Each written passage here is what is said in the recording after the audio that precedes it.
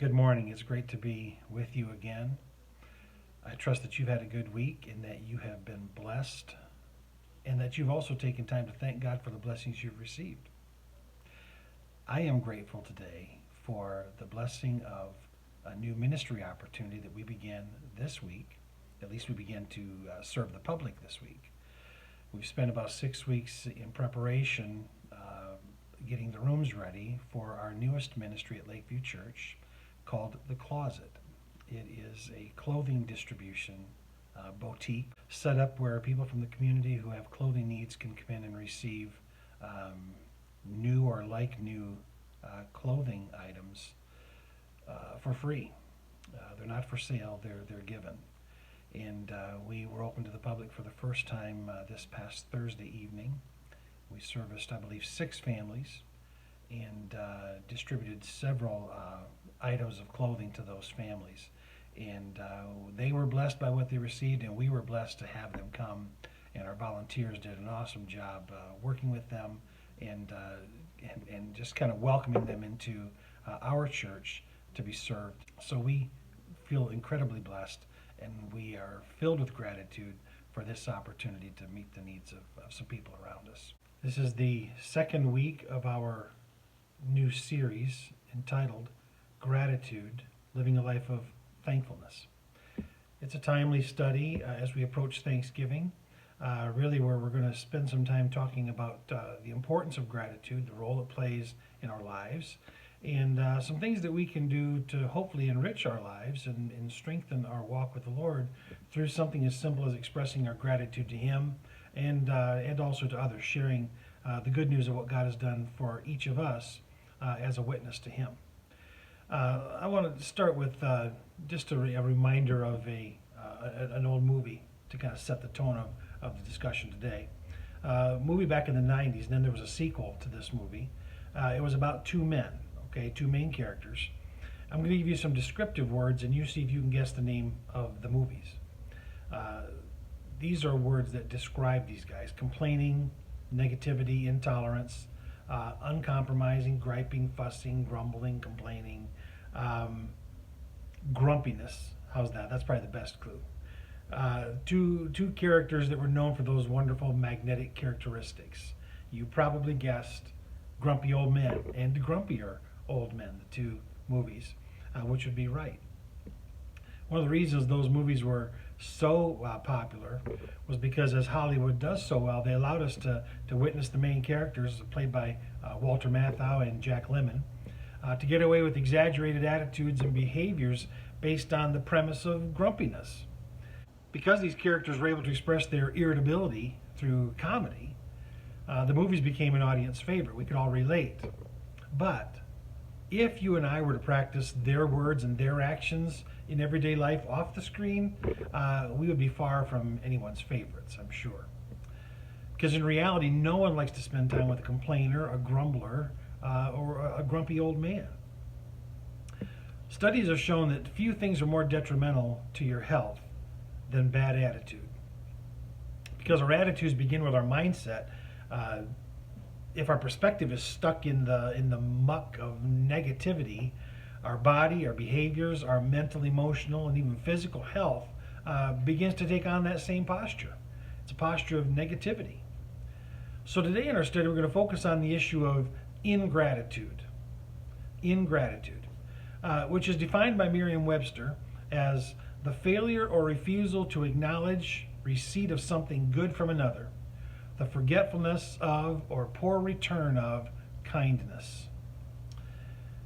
Ingratitude is making the choice not to recognize good or kindness in our life.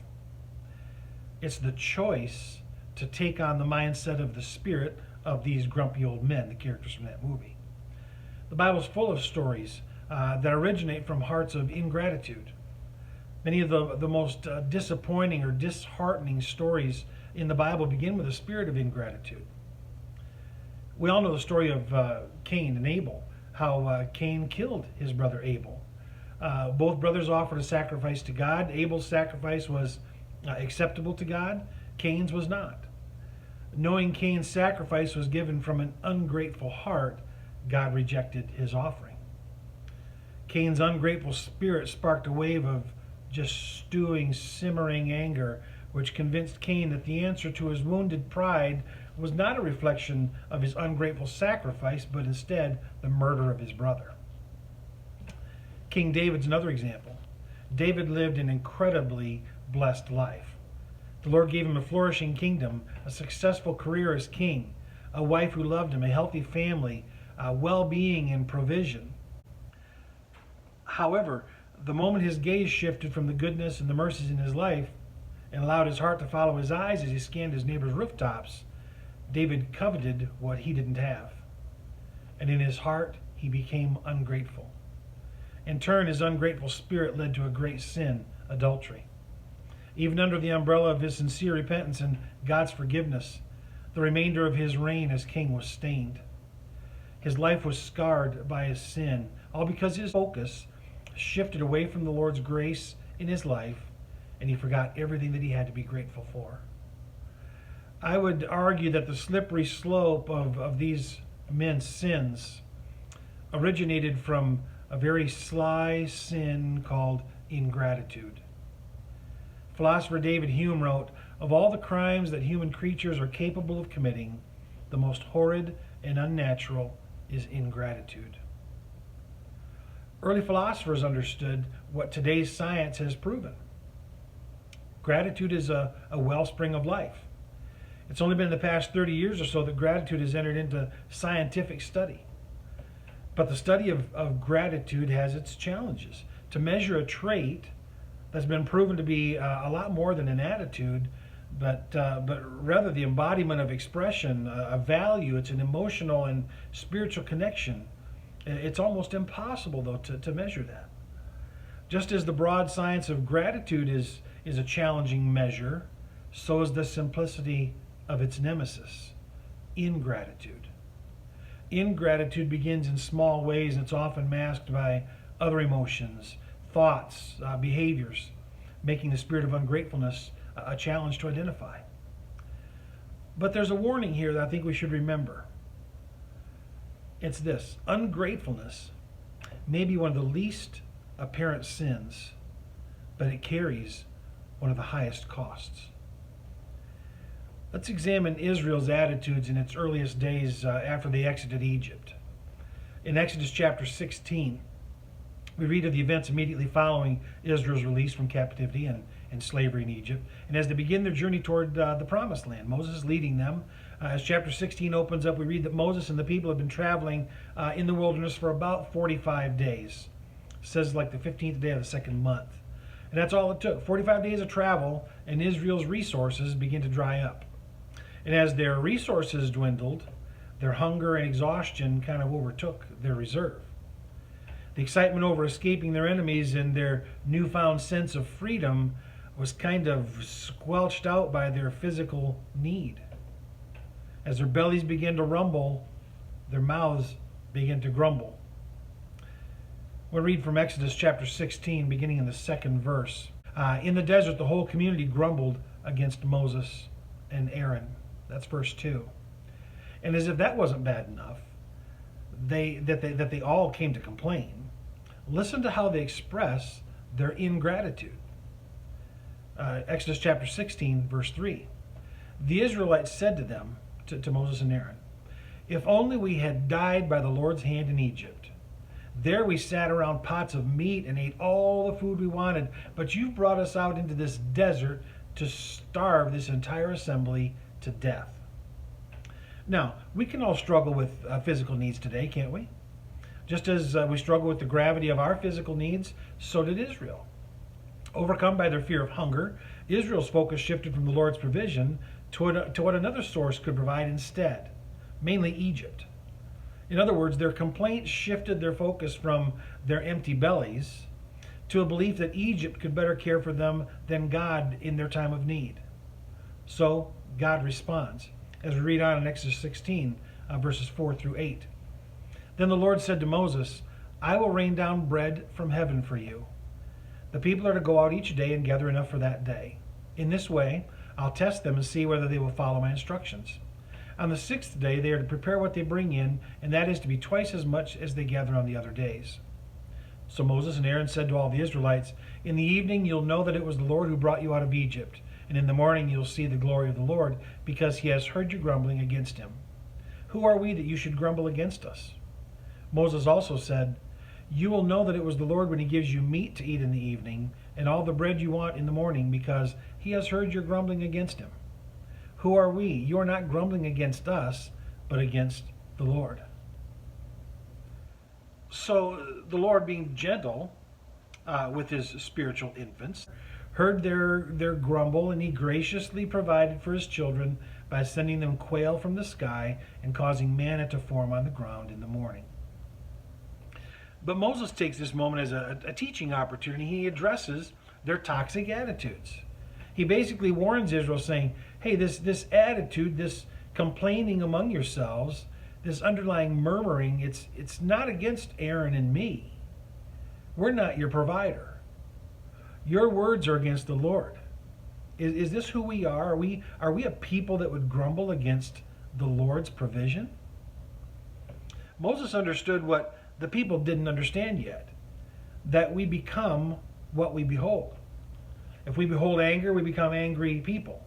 If we behold envy, we become beholden to jealousy. If we harbor frustration, we transform into a quarrelsome person whose arguments keep us from getting along with other people. Moses knew that if the people beheld grumbling, they would become a people far from the heart of the Lord. The early church leader James understood this very well, and he spoke of it in his letter to the early church. When he surveyed his congregation, he found his body of believers, those early Christians, were adopting different postures of sin. James urged them, as Moses did with the Israelites, to guard themselves. James tells his fellow Christ followers, many of whom were also infants in their faith, that even in the most significant trials, to remain strong with an attitude of Christ.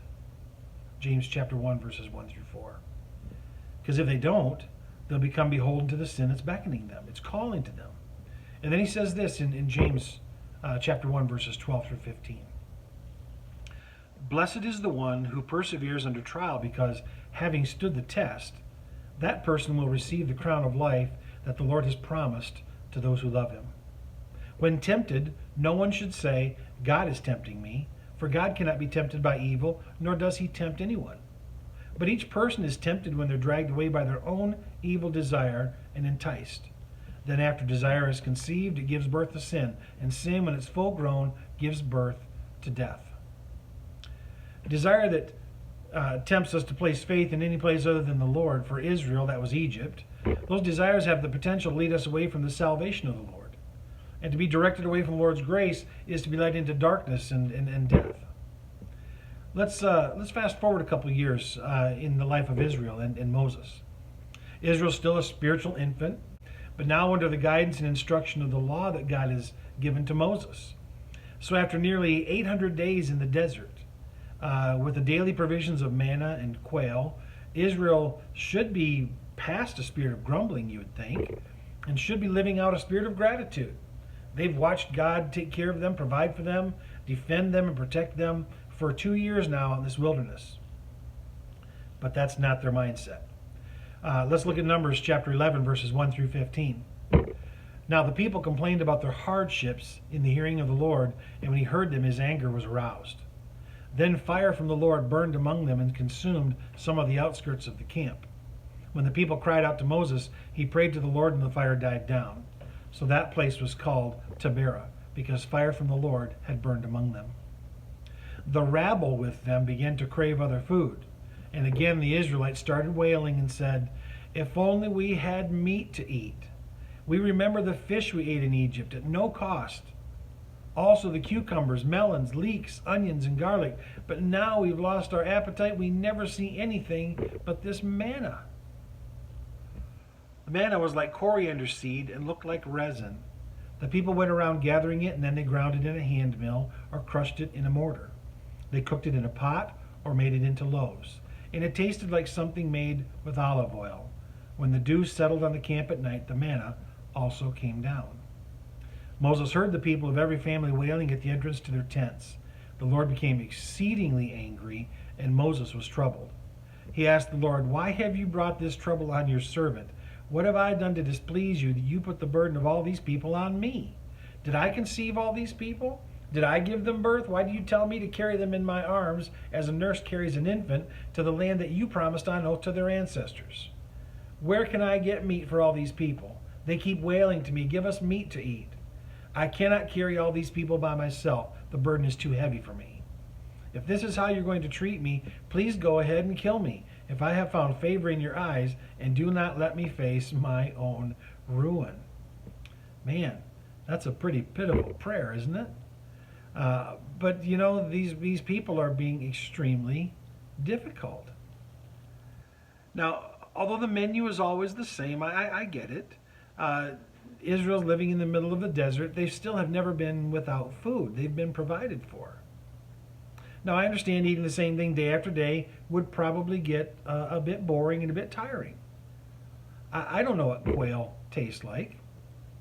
I can only guess it's probably similar to chicken, like we say about everything else. But it's a bird, it's about that size. I'm guessing it probably is similar to chicken. Now, I happen to like chicken. I like chicken a lot of different ways. I like barbecue chicken. I like grilled chicken breasts. I like KFC, where it's got the nice thick breading on it. It's deep fried. I like chicken nuggets, chicken fingers, chicken chili, chicken and pasta. I like chicken lots of different ways. You get the picture. Now, I imagine that manna might have tasted something like honeycomb cereal from the box, based on the description in the Bible. Now, I'm not sure how many ways you can make a dish out of that or bread from it, but they did. But here's the thing. The Israelites didn't accept the food that God had given them graciously. And again, they began to grumble and complain. Our text says that the Lord burned with anger, and he demonstrated his anger by burning the camp's outskirts. Think of how God felt when they began to grumble after he had fed them for the past 2 years, after leading them out of slavery. Now, given how long the children of Israel remained in the desert, I would imagine that Moses had a lot of stories on file of all the instances of Israel's lack of spiritual maturity.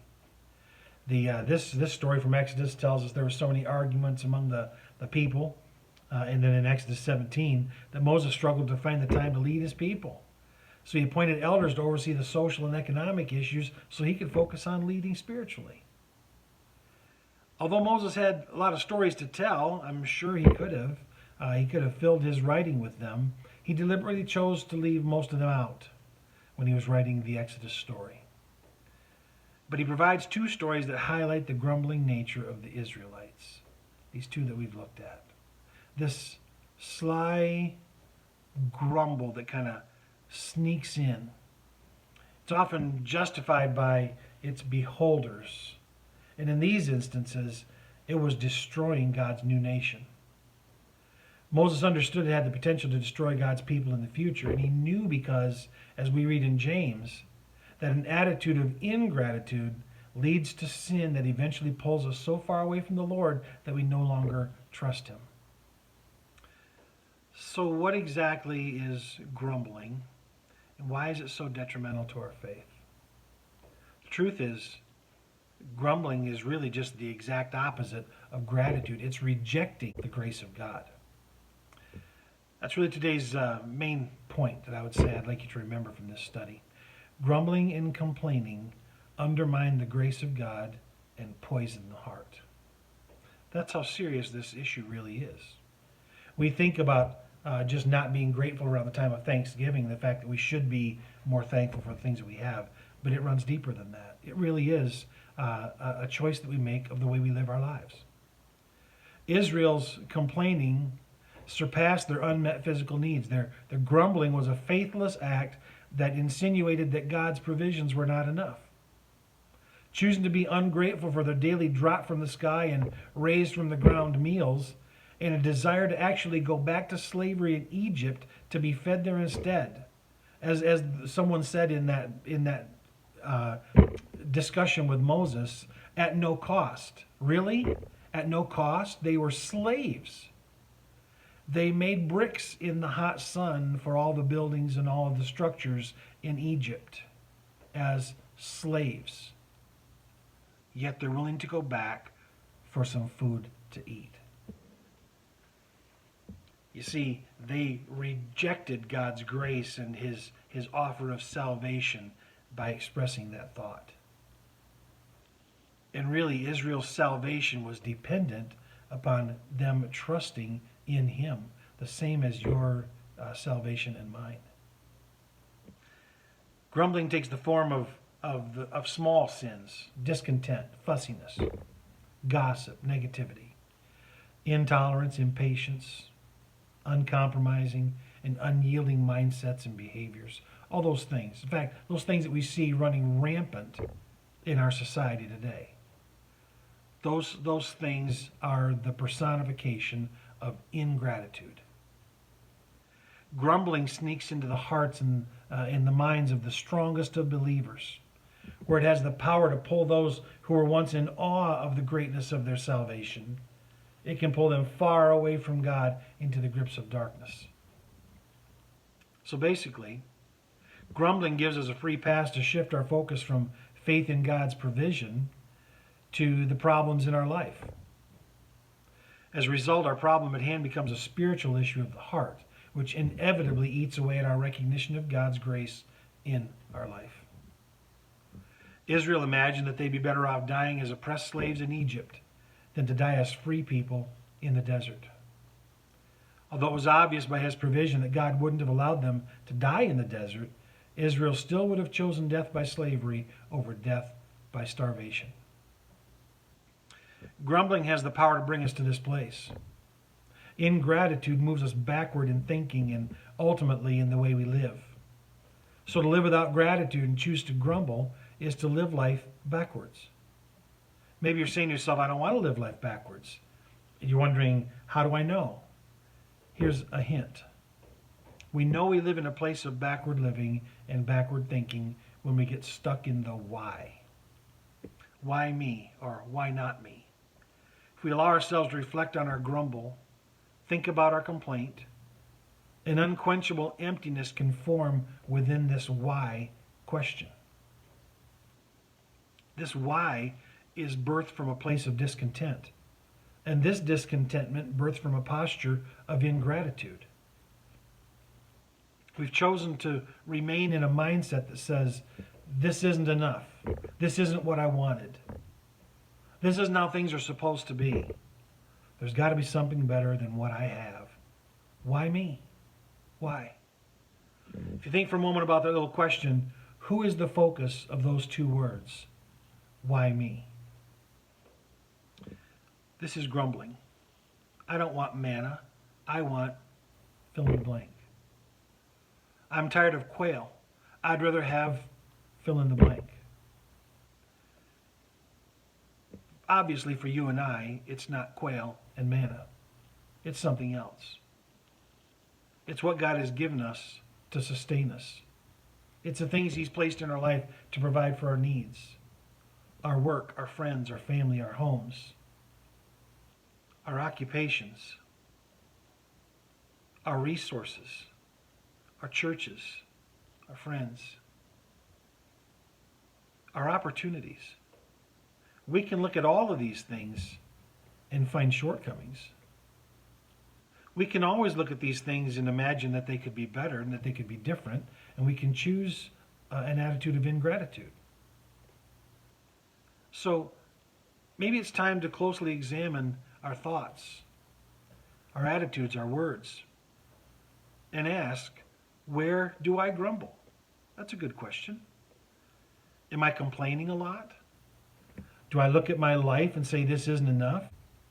Am I living in a state of I want, I wish, I used to have? Do I look at others' lives longingly and wish that I had their experiences, their possessions, their spouse, their children, their home, their job, their friends, their success? You see, these grumbles that take the form of questions in our hearts and minds, and murmurs under our breath, these thoughts that cross our minds that at times kind of seep out into our conversation, they're actually what the Bible refers to as a spirit of ingratitude. A grumbling heart is the antithesis of a grateful heart.